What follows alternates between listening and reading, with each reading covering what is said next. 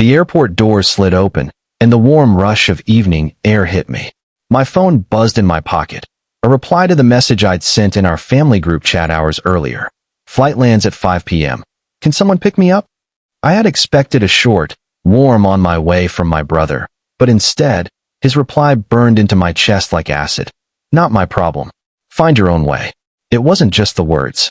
It was the timestamp, 2 minutes after my plane touched down, meaning he'd waited until I was already here, stranded, before telling me. And worse, the rest of the family had seen it and stayed silent.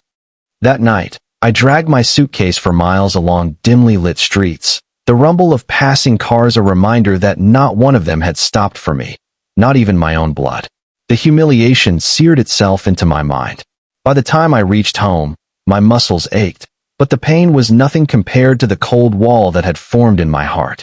My brother, David, had always been the golden child, my father's pride, my mother's favorite. I had swallowed that favoritism for years, but his smug dismissal in front of the entire family made something snap inside me.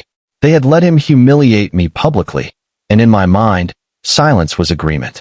For weeks, I kept my distance, barely responding in the family chat. But in private, I began keeping notes, small slights, careless insults, and moments where David's perfect image had cracks.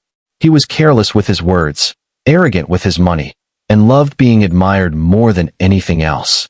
I started to think, plan, how to take that away from him.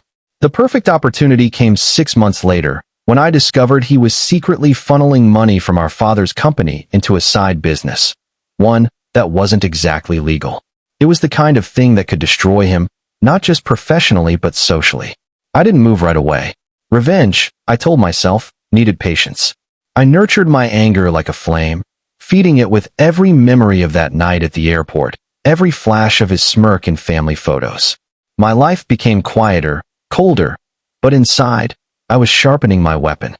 By the time I made my move, David was preparing for a high-profile award ceremony, the kind of public spotlight he lived for. I sent the evidence anonymously to the media, every damning detail laid bare. When the story broke, it spread like wildfire. I watched the live broadcast as he stood frozen on stage, cameras flashing, reporters shouting questions. The fallout was brutal. David's business partners cut ties overnight. Our father's company was dragged into legal chaos. My mother cried for days, and though I never admitted my role, I could see the suspicion in their eyes. At first, the rush was intoxicating, seeing his reputation crumble, watching him taste the shame I had carried for months. But then came the quiet.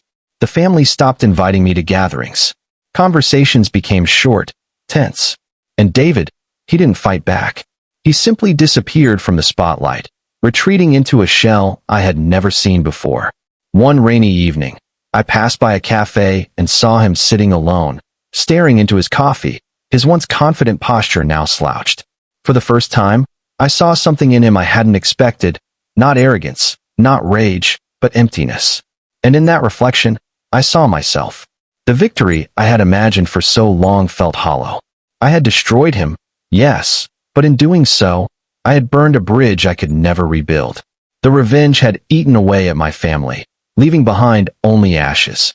And I realized that was all I had left too. Moral of the story: revenge may burn your enemies, but it will consume you long before the fire goes out.